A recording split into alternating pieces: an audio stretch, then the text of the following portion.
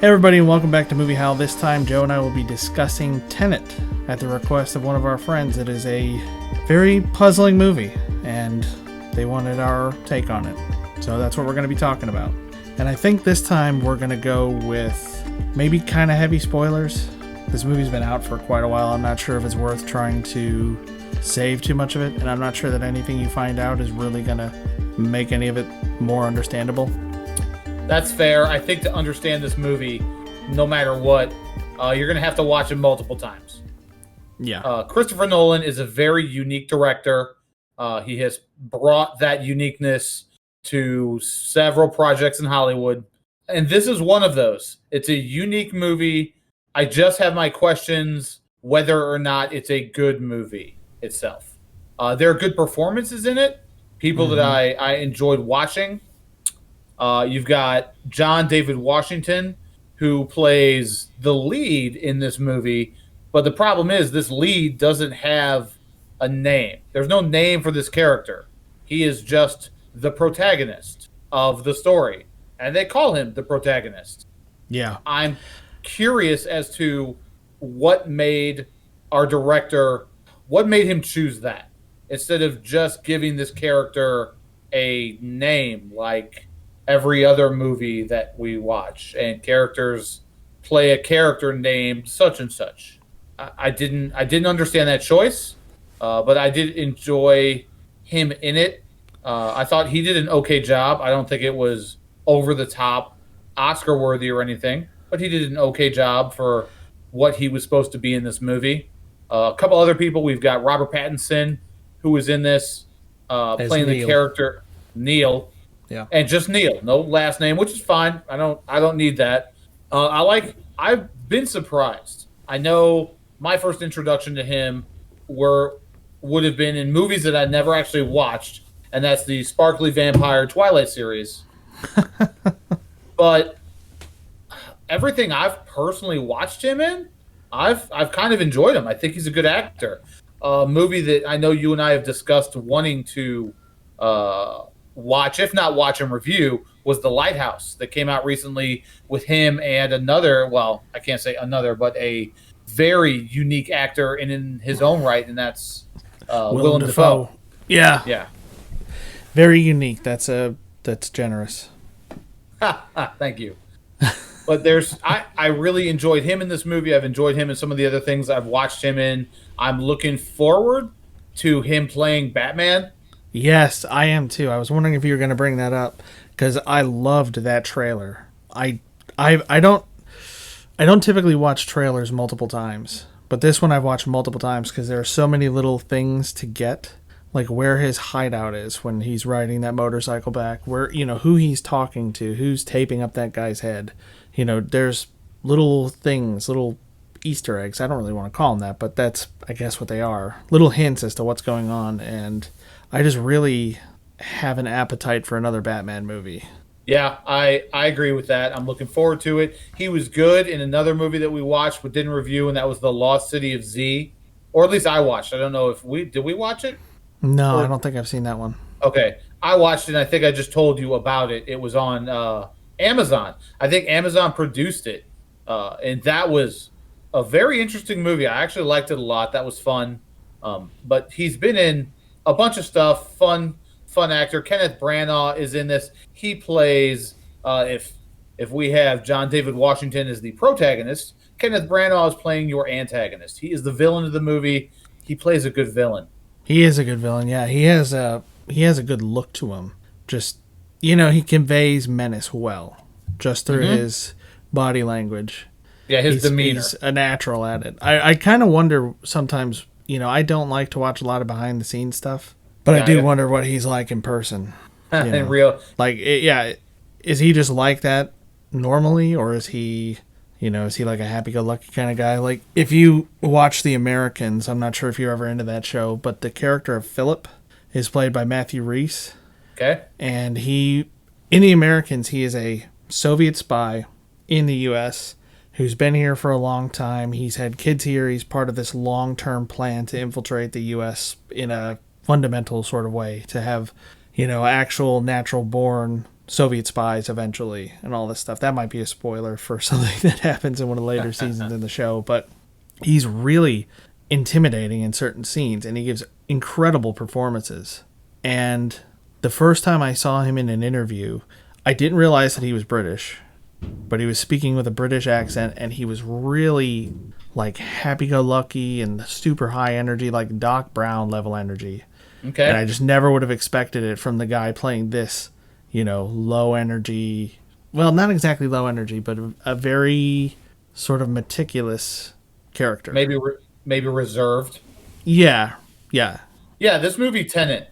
Our friend Shannon wanted us to review this. Hi, Shannon. In case you listen to this, there's good action. It's Christopher Nolan. There's some good action in this. This movie pops from the beginning. You're like, oh, where's this going to go? Is this like a college lecture hall, or it ends up being an auditorium for a music concert? But it really pops with these terrorists that come running in and get the ball rolling as far as this movie's concerned. Yeah, it starts off fast, kind of like The Dark Knight. That's what it reminded me of. The Dark Knight starts really quickly, with the bank heist. Yes. And that's kind of how this one starts. So this is some sort of heist. We don't know what's going on. We know that our protagonist and his team are infiltrating a group of, I guess, SWAT personnel that are already going into this place. And this is where the confusion starts, because the whole thing from the beginning is convoluted. It is very kind of all over the place, is what I want to say. If I'm understanding it right, they are going in under the cover of another SWAT team that is responding to an emergency that they caused. Yeah. But even then, I'm not completely clear about it, because there seem to be three groups. There are the people who put in the gas and kind of knock everybody in the audience out. Or no, do they do that? They're the ones who run in and hijack everything. Then there's, I guess, the SWAT team that throws in the gas. Yes, the SWAT team puts the gas in there, which the terrorists, you could say, the first group who went in to take hostages and to start the mayhem, they immediately put on gas masks. Like, they're ready for this. Oh, gas coming in, boop, pop our stuff on. So is that because, and like you said, they have somebody, part of their team is with the SWAT team trying to do their own side mission, you could say? Like, they're just, the first group is just the misdirection. Yeah, that is what it seems like, but I'm not clear. And we are recording this because of some technical issues and scheduling problems between the two of us a few days after watching it. So we've had time both to forget a little bit and to kind of try to mull it over in our minds and make sense of what happened. Yeah, it's a lot to digest. But they even say early on, when they're first introducing the protagonist to the idea of, what do they say? Call it inverted items, objects that travel backwards in time. Yes. They even say, he's saying, he asks some question, and the scientist explaining to him says, don't try to understand it. Yes, I wrote that down in my notes, that line. There's a couple lines in this movie. That's one of them. And it makes me feel like it's the director saying to the audience, just sit back and enjoy the ride. Yeah. And it's the way this is done, I feel like it's kind of hard to do that. Yeah, this is one of those, there's a lot going on in this movie, and in order to sit back and enjoy that ride, you really have to, or it helps to understand what's going on. To not just get things thrown at you and ideas brought about, and you're like, I don't get that. That doesn't make any sense.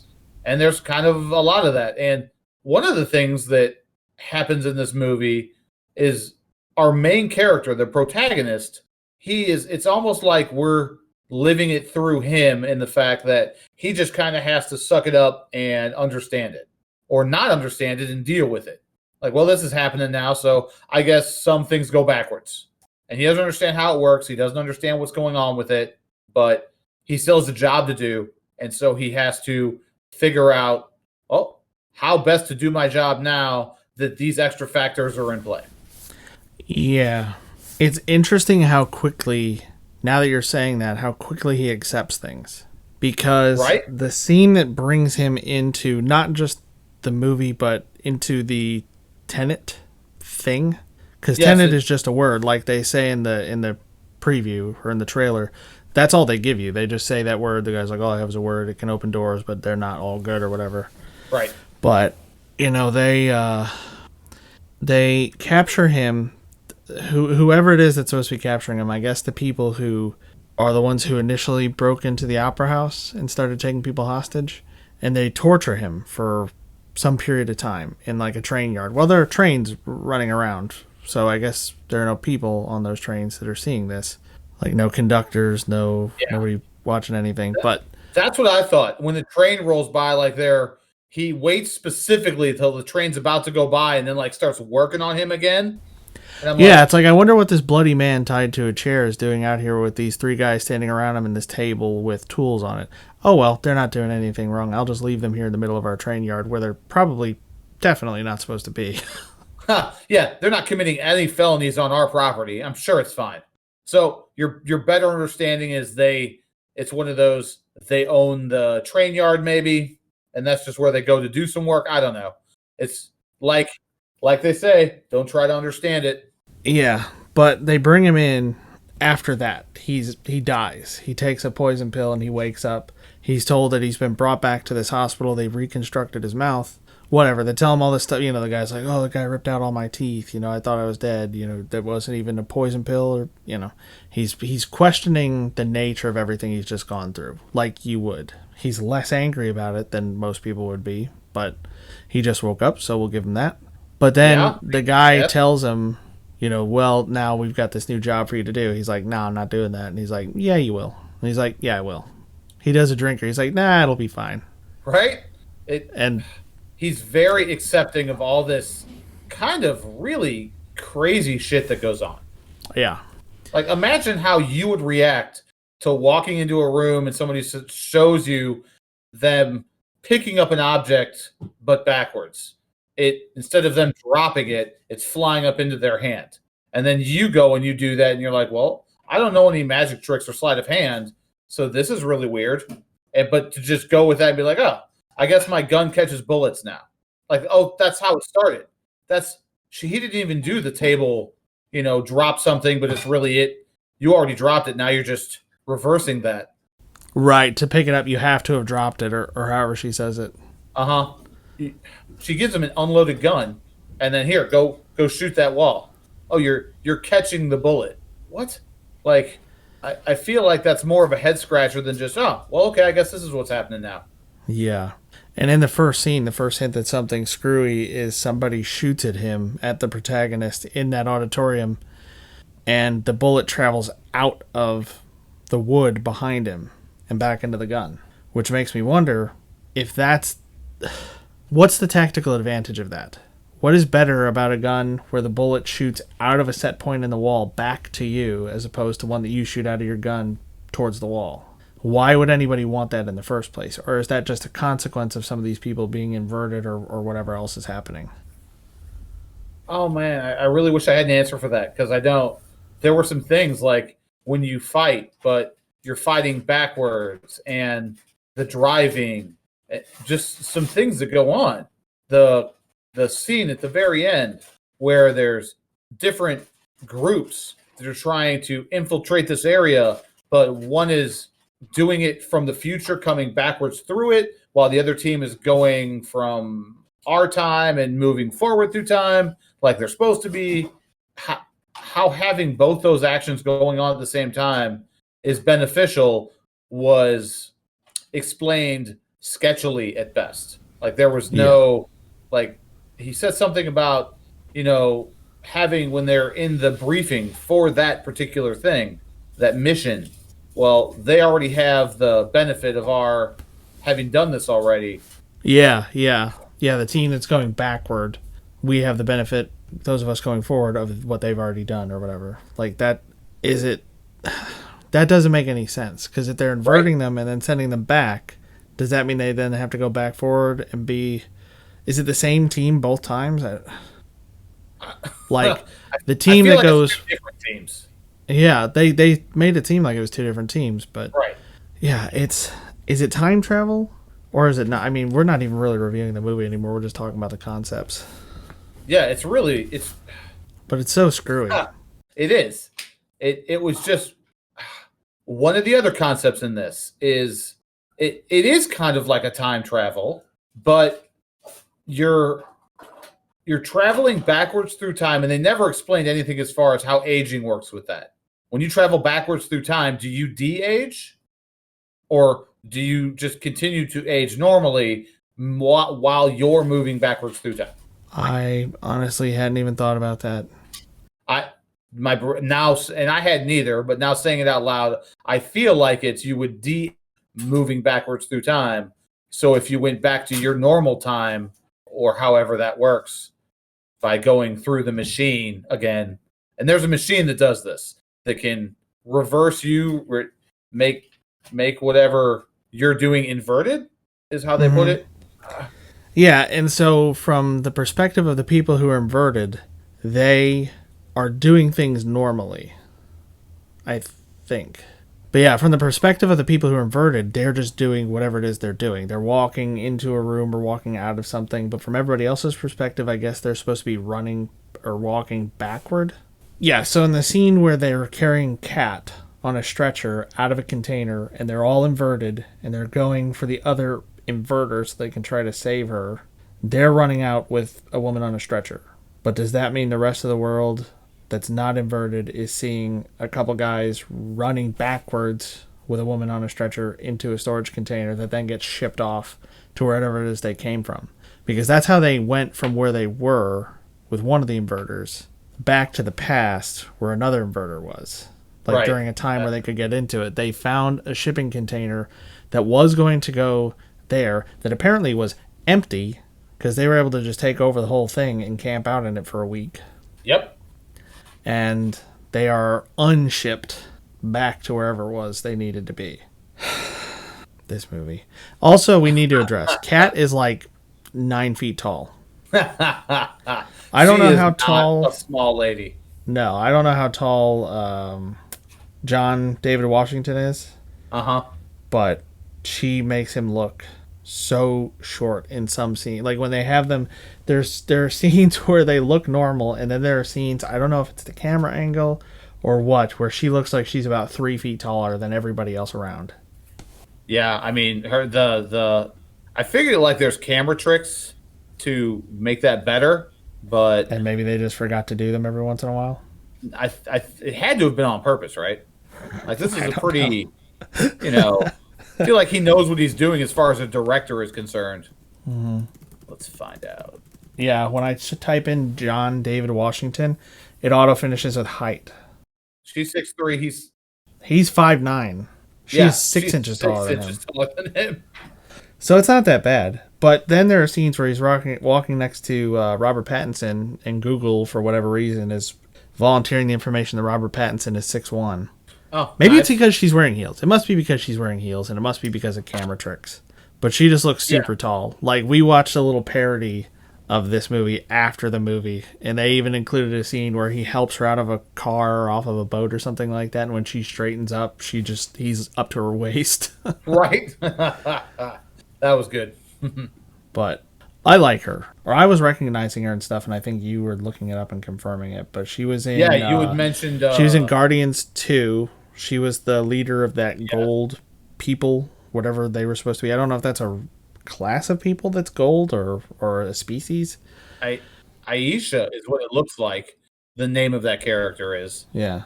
And she was also the primary villain from Man from U.N.C.L.E. Mm-hmm. And we mentioned The Great Gatsby, that she happened to have been in that. I never saw that, but it was... I saw it. I don't remember Gabrielle. her, but it's been a while. I think she played Daisy, I saw. Or no, maybe it was Jordan. Jordan Baker. That's right. Okay. Which is funny. That would have made her Leo DiCaprio's love interest, I think. And he's 6 foot tall, so it wouldn't have looked so weird. I just had to look that up. But still not as weird. Or no. DiCaprio was Gatsby. What the fuck is his name? Spider-Man. Tobey Maguire. Tobey Maguire played Nick Carraway. I was going to say Andrew Garfield. No. I was going to say the other Spider-Man. Like, which Spider-Man? How dare you? No, yeah, Tobey Maguire would have been the love interest for her. Whatever. I'm not going to look up how tall he is. It was a good cast. The movie had a good cast. Okay. So, But, all right. yeah, go on. I think this is a good time. We've talked a lot about so far just the crazy. This is I don't want to say time travel movie, but it involves time in a way that hasn't been used before. So that, at least in and of itself, made it interesting. Yeah, But the one only thing, thing I've seen that was even similar to this would have been Watchmen. I don't know if it's in the movie, but it's in the comics that Dr. Manhattan knows there's a nuclear event coming because he says he can feel or detect tachyons, which are yeah, particles that travel backward in time.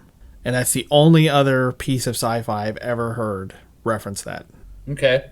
Yeah, he talks, his character talks about time not really working for him the same as it does for us.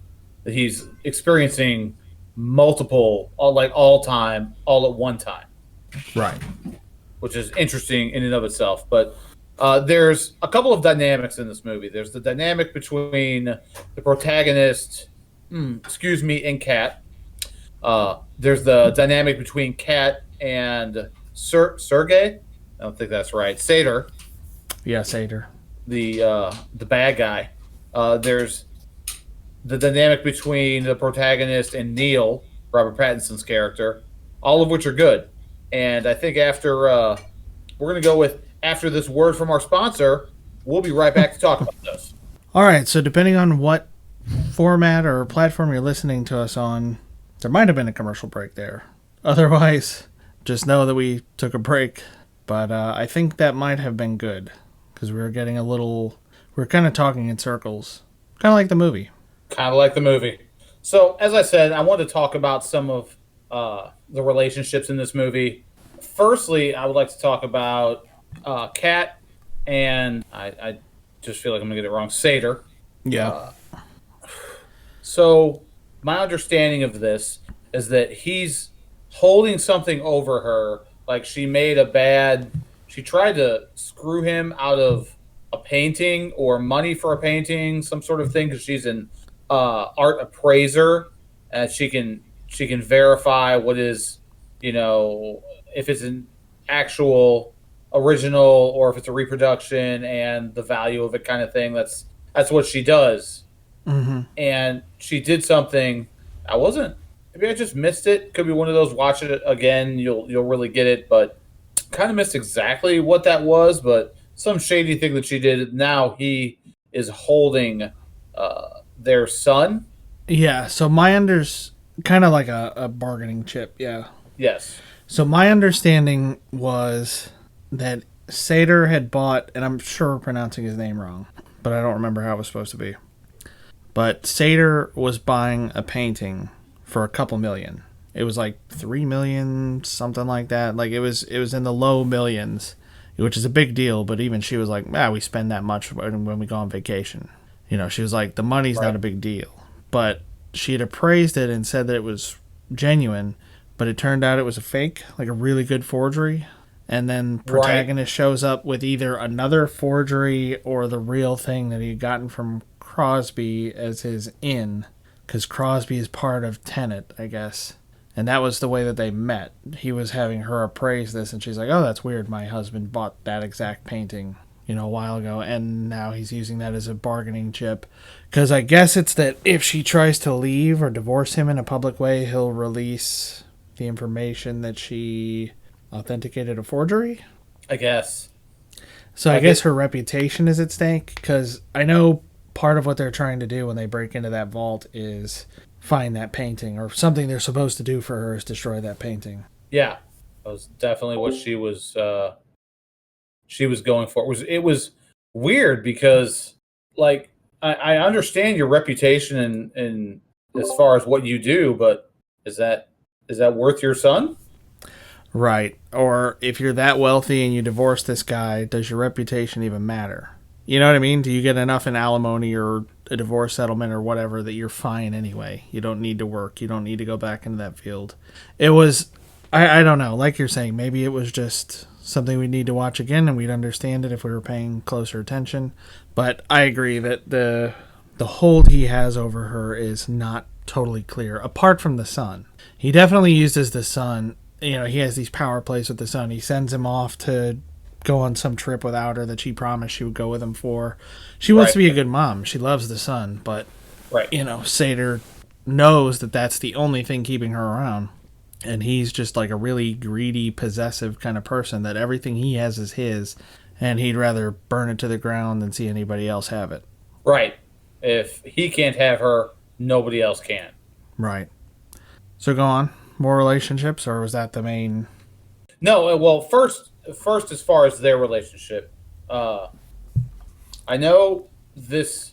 One of the subplots of this movie is her wanting to be free of, you know, being under his thumb. Yeah.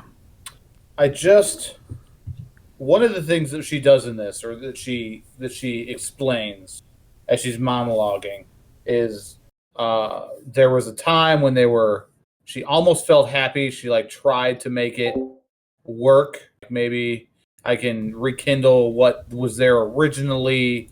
Mm-hmm. And he says, well, if you walk away right now, whatever it is, you can have this, whatever you want. You can walk away, but you're leaving your son. Yeah, she can never see him again. Right. And she was very upset by the fact, like, it really crushed her that she considered it for a second. Well, I mean, I found that odd because it's you can think about doing anything you want. Like when you work at a place, or you're driving down the road and you have to deal with idiots on the road or people that you work with, you may want to commit murder several times a day. But we I've been in traffic jams where I've genuinely considered just abandoning my car. You know, I'm near enough to a town, like I'm just going to leave this thing here and walk up the embankment and get an Uber home. Like, this is BS. Like that old Michael Douglas movie. Or there was a Seinfeld episode where they do that. They just abandon Jerry's car in the middle of the city in a traffic jam. Yeah. I remember that. But she's very upset. It was like the worst thing he ever did to her because she considered for a second doing it. Well, of course you do, because that's how the human brain works. When you're asked a question, even if your answer every single time is this one thing, no, I'm never going to leave my son, just because you thought about what your life would be like if you did that, that doesn't make you a horrible person. Yeah. And she was acting like that made her a just terrible, horrible person. And I didn't like that. I didn't feel that was real, not true to life. Because just natural, the way our brains work, you're going to consider it. Just because you would never actually do it, you shouldn't beat yourself up because you considered it. I didn't like that personally. Well, I think it's just supposed to show how strong her connection to her son is. That even just considering it, like, makes her sick to think about now. But, I mean, just as far as a lot of this stuff goes, we have to remember that this is the same guy who gave us The Dark Knight Rises, where Bruce Wayne loses his fortune somehow. Like, gets his house repossessed that's been in his family for generations. Uh-huh. Who is transported across the world to some, like, Sarlacc pit prison thing. And then healed by having somebody, like, kick him in the back or something. Right. Then he escapes on his own with no money, no ID, no nothing, and somehow makes it back to Gotham in... I mean, we're assuming Gotham's been under Bane's rule for a couple months, I think, by the time he comes back. But how did he get back? How did he get back? How did he get his stuff? Bane knew who he was. How did he get any of his bat gear? You know, there's a lot of questions. There are a lot of, a lot of things that could have been scenes that aren't. And maybe there's a lot of stuff like that in this movie. I'm not saying that this thing with considering it is one of those, but I'm saying, you know, this is a director that has a habit of taking things that could be explained thoroughly and just kind of leaving it up to you. Yeah, you're not wrong. He is very much like that. Mm-hmm. This was definitely a suspension of disbelief movie. There's so many things that just don't think about it. One of the other, like Rick and Morty. Don't think about it. Right. One of the other lines in this that I kind of felt like it was Mr. Nolan poking fun at the audience was a quoted line of, "Does your head hurt yet?" Yeah, I felt like after this movie, it kind of did. I just there were a couple so many scenes. things. Yeah, there were a couple scenes where they were kind of telling you like this won't make any sense to you almost no matter what you do. It's trying to do so many things. I feel like. Yeah, so I think what we're doing is we're getting bogged down in the mechanics of how it works. You know, how does walking work? Are you walking backward? Are you walking forward? To the people who are moving a different direction in time, does it look like you're doing the opposite? How do fights work? You know, if you're moving backward in time, then you have already had the fight. You know, Right? like how does any of that work? When he drives, they're saying like driving is really difficult because you friction is different. Like they're Yeah. saying like friction is opposite, so I guess you slide around all. Their explanation of stuff, it was concise, but it didn't really make any sense, and it didn't try to like hold your hand and guide you through it. But I think the whole thing is supposed to hinge on the idea that the future is trying to reverse time so that instead of the environment and the planet getting worse, the environment and the planet will be getting better. I don't really understand big picture how that's supposed to work. If you have a whole society, like I don't really know how that's gonna work out for you because you're just gonna screw it up going backward too. It's okay. Yeah, there's a lot of open endedness to some of the questions that you have in this movie. Things that this movie does that I wasn't a fan of that other movies have done. I felt like he was, as the protagonist, he was just being, once he's uh, taken in by Tenet, it's all right. I need you to go here and talk to this person, and then they're going to tell you to go talk to somebody else, and then that person's going to tell you to go over here and get this thing, and that's kind of what this movie was. And there was what did they call it? An artifact, a relic, the thing they were trying to get. It's there were Yeah, I forgot what nine the word pieces of it, was. seven pieces of it. Yeah, I think there were That- 9. Yeah, that they had to We can put all Google these this real pieces. quick. What was the MacGuffin from Tenet? It's giving me the definition of MacGuffin. Fantastic. Well, they called it the algorithm. I know that.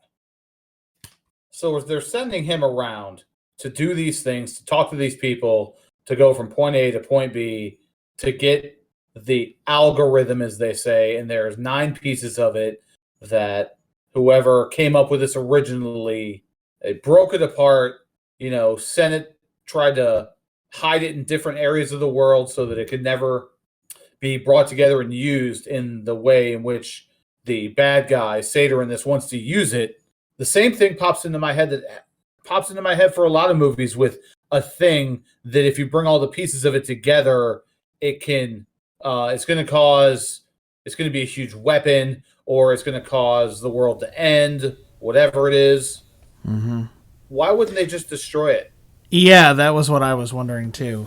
Why would they do all of this stuff to hide it in the past and make people kill themselves if they know anything about it or where it is, rather than just destroy it? Why is it worth sacrificing so many people's lives for and starting these wars over? Especially when you have the ability to turn back time and you can basically just pull a Thanos, reverse time, and get the Soul Stone before Right. it's destroyed. You could just reverse, just if you have the ability to invert time anyway, just invert it and send somebody back. I mean, that it would probably be really difficult to have somebody live that way because they had to be in isolation in the movie when they lived for a week in inversion. But it just seems like it's something that would have happened right away if they weren't destroyed. Something didn't happen to stop that technology from being used and to stop those things from existing. I don't know. Maybe that's the point. Maybe if they send them back into the past, that's where they always have been. So they're not in the future to be gotten there. I don't know. I don't know either. It was just one of those things. Like, well, if you're all working so hard to get this, and you want to keep these pieces apart, just destroy one of the pieces. Then the machine can't work. Then the thing they're trying to do can't happen. Yeah. It seems like a really simple, kiss. Like they said, keep it simple, stupid. Let's. Yep. That seems like the easy way out for this. Yeah, it does. It's yeah. It. I don't know. It's very, very convoluted. It is. I didn't necessarily like some of the way in which it was kind of alluded. Like we talked about at one point, if you have to, uh, at one point in the movie, protagonist gives Kat or gives her a cell phone and tells her, "Hey, if you ever think there's something funny going on, you're in trouble for whatever reason, call this number and then say the date and time or whatever it is, your Yeah, like location." date, time, place, yeah. And it goes into posterity is what he tells her. And when he says that line, he seems to really know what's up. Like, he's very confident. Whereas before, everything he's like, I don't know what's going on, but I'm just going to run with it. Like, they're like, oh, you can't drive inverted. He's like, I'm going to do it. And it's super easy. Barely an inconvenience. Barely an inconvenience. So, at one point, she does that, and he shows up to stop something bad from happening, but it's him showing up as him from the future who came back, because he is the one, it's super spoiler here, that you find out who started this whole Tenet thing. Mm-hmm. That it was his program, and he's engineered all this. He's like been the engineer of what we've watched the whole movie as it is. Like, yeah, we thought that. We thought that the guy who roped him into it at first was the real person. Then we think that what's her name, Priya, is the one. I mean, there's even like a switch before that, because we have Sanjay, who's the arms dealer that they traced the rounds back to, the inverted rounds. Right. Quote unquote. And he thinks that's the guy who's either dealing with this stuff or in charge of it. Then he finds out that the wife is actually the one doing it, and she's using him as just the face of it. Mm-hmm. So we think it's her, and then there's Neil, who's also kind of like, I'm not part of this at all. Like, I'm just like a spy guy that's helping you out for whatever reason. I don't even remember how he came into it. And he even kind of jokes like, "Oh, you're probably gonna have to kill me after this, aren't you?" And and anyway, they like defer to Priya. They're like, "Well, this is what Priya is gonna want us to do," stuff like that. Yeah, and then at the end, it turns out that it was him the whole time orchestrating the entire thing, because he knew like what things needed to be in place. I guess the way John Connor sent back his own father from the future to get with his mom to make sure he would be born. It's kind of that sort of thing. Something like that. But it's just, it's so weird. And I can ignore stuff that doesn't make sense. You know, we did Superman Returns. We've talked about a lot of movies where things happen that don't logically make much sense. But this movie is one where not just how things are happening, but what is happening doesn't always make sense. Like the big battle scene that we were talking about earlier, the pincer movement, where you have half the team inverted. Pincer, right. Yeah, half the team inverted, half the team not inverted. What was the point of that? Like, some of the stuff that they were doing, there was a moment when we watched this together, so there was a scene that we both reacted the same way to, and it was during that battle, a group of inverted people shoot the top of this tower. I think this is how it goes. They shoot the top of this tower, so the top of this tower unexplodes. And then the group that's moving forward shoots the bottom of the tower, so the bottom of the tower explodes, and then the whole thing like falls down. So the top of the tower is now on the ground. And we both turned and looked at each other and we were like, wow, that was really cool. Why did they do that? What was the point of that? Who were they shooting at? Like, I never really understood who they were shooting at. It was never clear. Even though they had the armbands, the red and blue armbands that indicated whether they were inverted or not, it was just never real clear who they were fighting or what was happening or why. Which harkens back to the very beginning of the movie with the SWAT team and the terrorists who were in the auditorium. As that was going through, you didn't know who was who's good, who's not, who's on what side. Yeah. And that could have just as easily, that could have been his point, that you don't know, you're not supposed to know what's going on. Yeah. And it could be that it makes total sense if you break it down. It's just when you see it visually, we can't process it.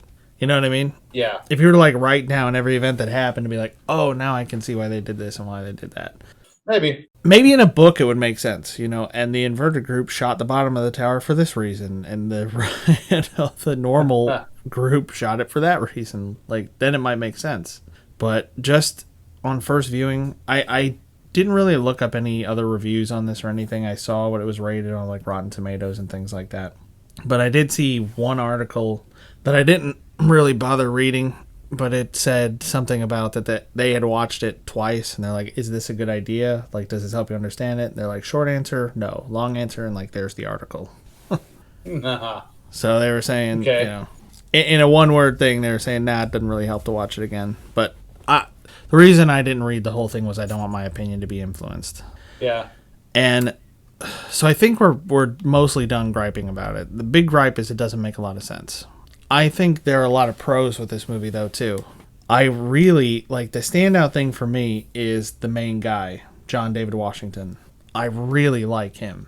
And when I first saw him in the first trailers where he's walking through a room that has like bullet holes in this glass or whatever, it's just like a little teaser. I actually wondered, is this going to be a spy movie? And then they flashed that name, Tenet. Like, first I thought maybe they cast a new Bond, because that's kind of the vibe I got. Got ya. And then they showed that thing, and I was like, this looks like a spy movie. This looks like, it might be something good, or in the vein of a James Bond or a Mission Impossible or something like that. And I think that is an opportunity going forward for this guy, because I really think this guy could be... I wouldn't cast him as Bond, at least based off the way he played his character here, because his character here is very forward. He's not super used to, this extravagant lifestyle that the people he's looking into are living. He kind of talks about being uncomfortable with some of it. He doesn't really, like his suit is fine, but no, you have to go to this tailor. Can you box this food up? Certainly not, sir. They have a snobby guy like from Ferris Bueller. Yeah. I think he'd be a really good spy on his own, kind of like Will Smith was in Gemini Man. I mean, he could probably play a James Bond, but what I really got off of him was he reminds me a lot of Felix Leiter. Not from the new Bond movies, but from the books. Because Leiter in the books is an American spy that James Bond befriends. And he's a lot like Bond, and in a lot of ways he's kind of better than Bond, because there are a lot of times where Felix shows up and gets the drop on Bond. Like, Bond is investigating something and being super sneaky and careful, and Leiter will, like, grab him and be like, ha, gotcha. Kind of like that's how he's like, hey, it's me. But he's got a really interesting character all his own and a different personality, and the way John David Washington played this was a lot closer to that, and I would actually really like to see him in that role, because it would be way closer to the books than the way they've been playing Leiter in the movies they have now. Okay. Although, in general, I would just like to see him and Robert Pattinson in a spy movie on their own, because I would have been much happier if that's what this was. Just a regular spy movie that has some intrigue, maybe some twists, but you can just understand what's going on? Yeah, being able to understand it, like you said, it's pretty vital. I like to think so. I didn't realize this, that I had recognized him, and I didn't know what it was from. He was on that TV show with Dwayne Johnson, Ballers. He played one of the characters on it. I watched a couple seasons of it, and I recognized him from that as I was looking back on some of the stuff he was in. He was in Black Klansman, which came out recently, which I thought looked kind of good. We might have to check it out. But yeah, I thought he did a good job in this. Robert Pattinson, again, did a good job in this. Enjoyed both of them and how they played off each other. I thought they had a good chemistry. So I can see where you're coming from with that. To see them in their own kind of spy movie could be really fun. Yeah, I mean, when they're planning to get into that tower, that's kind of what I hoped it was getting into. When they're trying to get to, ultimately, Priya, they don't know that that's who they're going for. But, apart from the really strange effects where it looks like they're skipping up the side of the building, I mean, it's really good. And I like his attitude. I like where he goes to jump off the building to rappel down, Yeah. It just his attitude. I forget what he says to her, but she says something to him like, I hope you have a way out of here. And he's like, yeah, but, whatever. He expresses some kind of like discontent with the way they're getting out, and then just jumps off the roof. Like, as if that's how he typically leaves a place. And one thing I wanted to circle back around to with Robert Pattinson, I was incorrect when I said I was introduced to him with the movies I never saw, the Twilight series. I wasn't. I was introduced to him as Cedric Diggory in Harry Potter and the Goblet of Fire. Oh my God, I forgot about that. Yeah, you're absolutely right. Role. I remember that now. Yep. So it's all right. We're going to come down to this now. All right, Ryan. Here's where we're at. Halligan's. This is the moment of truth right here. Is this a watch or not a watch? What do we call this? I'm I'm having real trouble pinning it down to one or the other for this particular movie. Yeah. All right. For me, I would say it's a watch. I think that if you can get past some of the mechanics as to how specific things are working, you know, like certain things have to be inverted, and then you do something with them when they're going back in time. But then some of these objects have been where they are for a long time. Like, so does that mean they went back? They inverted, and like one of them was underneath that city in Russia, and it's they put the thing there. So does that mean that they put it where that was, and then because it's inverted, it always has been there? Or does that mean they inverted and themselves traveled back to when that thing was built and put it there? I'm kind of thinking they put it there in the future, and because it's inverted, it always has been there. You know what I mean? Like it continues to exist in reverse. How did I get on Okay. this? I've just hurt my brain. I'm not sure. So yeah, if you can get past the mechanics like that and just look at it as like a time travel action spy thriller type movie, it's pretty fun, and it's a fun spectacle. I think it's a movie where even though it really seems like you should be processing things and paying attention, and there's cool stuff to catch if you do, it's probably more fun if you don't think about it too much. If you do like we did and you see the explosion of that building, it gets unblown up in one way and blown up in the other way, and you're like, wow, that's really cool. Who cares why? It was cool. Yeah, And you Christopher understand Nolan that. is he's Go a on. director for spectacle. He is good with that. He will give you a show. I will at least give him that much. Yeah.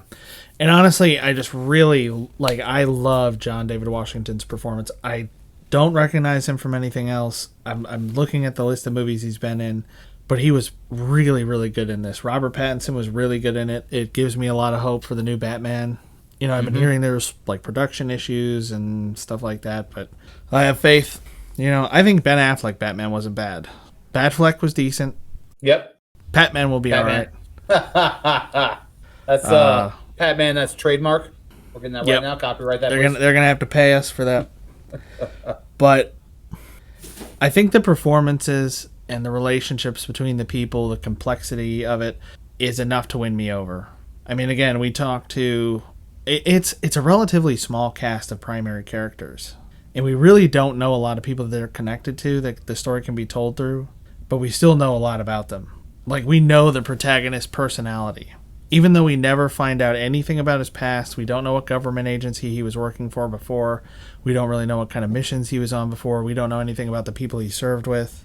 All we know is the way he behaves. And the way the movie shows us that, we get a good feeling for who he is, what kind of person he is. And I think that takes a certain level of skill. And similar with, just some of the character arcs or the loops that people go through, where you have Kat saying that she was jealous of the woman she saw jumping off their boat because she was free. You know, it wasn't that she was, with her husband or whatever. She wasn't jealous for any reason like that. She was jealous that she was free to be able to jump off the boat if she wanted to. And then at the end, turns out that was her inverted self coming back and doing that. Aside from the her idea of being upset because she considered doing something, I thought she had a good performance. Obviously, John Washington and Robert Pattinson and Kenneth Branagh, all of the main four really stars of this movie gave good performances, and I could see myself recommending it for kind of the same reason. It's worth watching it for the performances that are in this movie. There's some spectacle to it, which is unique. You haven't seen stuff like it before, and there's some good performances if you can get past knowing, just understand going into this, you're not going to understand it. You're not going to walk out of it and be like, okay, that made sense. Nope. Yeah, I mean, that it kind of can movie. make sense in an overall way, but the mechanics of how it's working don't. Right? The plot of it makes sense. The future, well, makes sense in that we understand. The Yeah. future is trying to reverse time so they can eliminate the rest of us and escape from their ruined world and come Right. back into a world that's actually livable. Because if they reverse everything, then I actually don't totally understand reversing everything. Because if they reverse Right? everything, isn't time just normal? So will the Earth revert to the way it used to be? But that's the idea. That's the theory that they're operating on. And I guess the whole gist of it is that they're desperate. So they want to Right? reverse time and go back to where the Earth is better. Well, I mean, And it's like the guy who's drunk driving and he hits somebody and kills them, and then he has to go to jail. Yeah, I bet he'd like to reverse time too. But sometimes we have to live with the consequences of our actions. You don't get to reverse time, in some convoluted way to make it go away. You have to look at the problem that you're currently stuck in and find a way through it, past it, out of it, whatever it is. That's what well, that's what life is. maybe this is a philosophical question then that the movie's posing to us because I mean the problems that our children are faced with are also our responsibility or our doing, right? Mm-hmm. I mean, Depends on how you look at that, because depending on what you're talking about, I don't think a lot of them that you could look at as big, large, global issues. I don't think they're my doing. no, Like but me you're talking individually. about dealing with their problems. Your problems are your Yes. problems. You need to deal with them. But I'm saying these problems are on a global scale, Right. and they are not necessarily the doing of that generation. That generation is trying to recover from the impact potentially of the previous generation, and maybe there's like a vengeance sort of aspect to this. Could be. We're like, oh, you screwed us? Nah, screw you, hippie. Right. Somebody South born Park there. in somebody born in 1970 is born into the Cold War. Really anywhere in the world, I guess. But somebody born in the 70s is impacted by that even though they were not around for the beginning of it. The Cold War kind of dates back to the 50s. Like really it's pretty much immediately after World War II. But that's not their doing. Correct. So it's if the future has the opportunity to punish the past and undo the wrongs of those previous generations, do they have the right to? I And I think one of the things in this movie is they don't know it's going to work or not.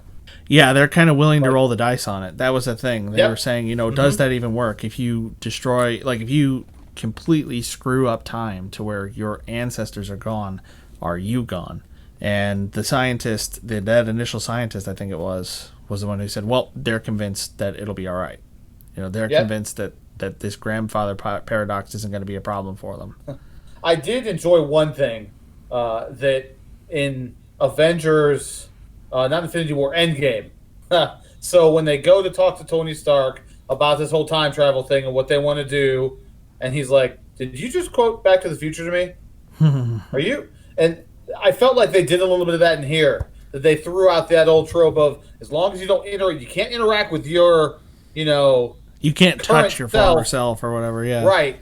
However that works. That they threw that.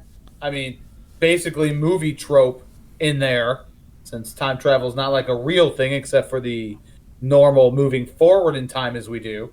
Yeah. I did that put a little smile on my face that they went ahead and threw that in there. Yeah, and I'm left with questions like, where's the protagonist from? Is he from the future? How does he come back? I mean, he came straight out of like a military program into this in the movie. Like we see the whole continuity of this version of him.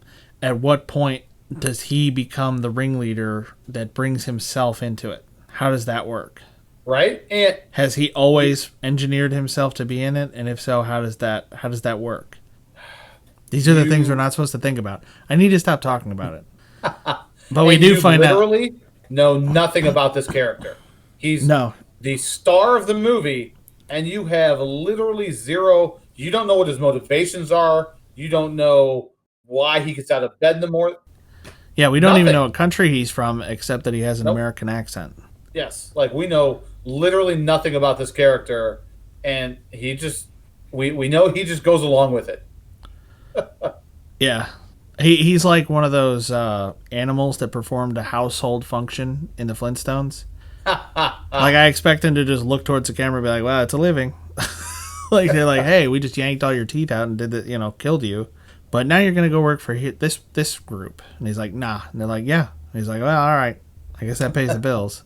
Yeah, it's It, a little too easy, but it is. It's like the question that they ask you in the Matrix red pill, blue pill. about dreaming. If the dream is so real, that how do you know when it's is it the dream world or is it the real world? It's just one of those paradoxical. You're not really meant to know the answer to it questions. Yeah. That's what this entire movie is. A question you're not meant to know the answer to. Yep. It's a spectacle. 100%. And what I said earlier, I'll at least give him that. Yeah, my small, humble opinion. I'll go ahead and give that to this award-winning, super rich Hollywood director. How very generous of me to do that. Who's made some of my favorite movies. Right? So yeah, this was an interesting watch. I'm not sure. I can't say I'm a better human being for having watched it. It's not one of those movies. Are you a watcher or no? No, I'm a watch. I think it's, as I said, enough of a spectacle. The performance is in it.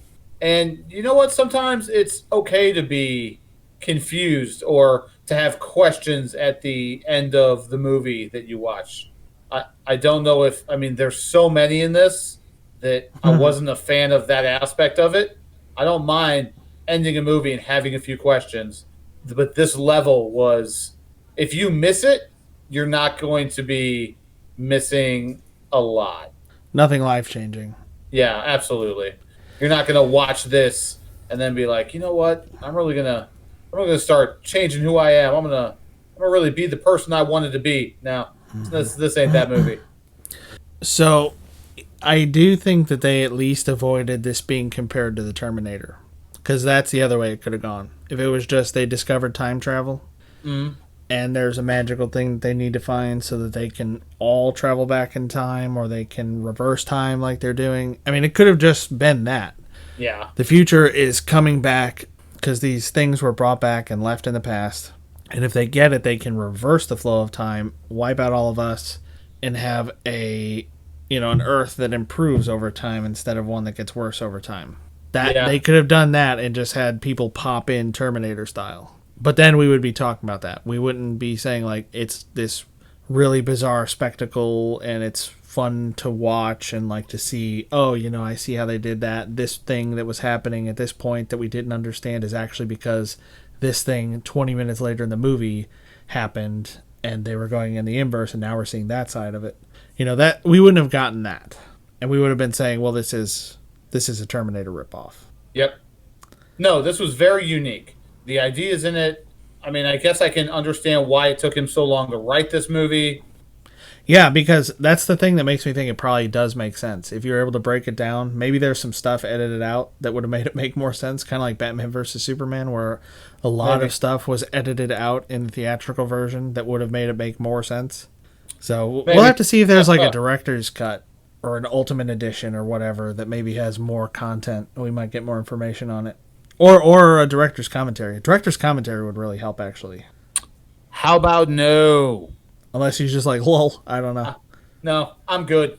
I think I've seen it as much as I want to. I don't think I'm going to revisit this one. Okay.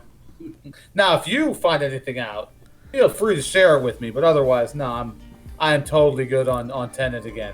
All right. Well, then I guess that's a good place to end it. But man, I just got to say again, I really enjoyed John David Washington and Robert Pattinson. If anybody's listening to this, I know there's like one of you out there, other than the person who recommended we do this review. If you know somebody in Hollywood, tell them to give John David Washington his own spy movie. I don't care. Make him Bond. Put him in Bond as Felix Leiter. Whatever. Give him his own spy movie. I want to see it. I want it. That's right. If anybody listens to this and you're in the know, you know people, make that happen. Yeah, make it happen. I think I'm representative. I'm not a unique individual at all. I'm representative of the average person. Absolutely. Everybody wants it. They're clamoring for it. Just check our Twitter feed. You'll see. Clamor is there. All right, everyone.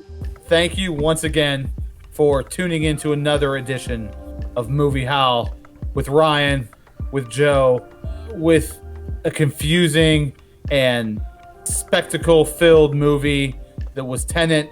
Go out, watch it, see what you think of it. maybe if you understand it, hit us up. Hit us up on Twitter and be like, you guys are dumb. This is what it meant. That's fine. Yeah. Tell us. Lay off the gin. I understood it perfectly. Well, anyway, I hope you all will have had fun listening to this. I wanted to just invert or non-invert our ending there. Bye. Later. Oh my gosh. Good movie, dude.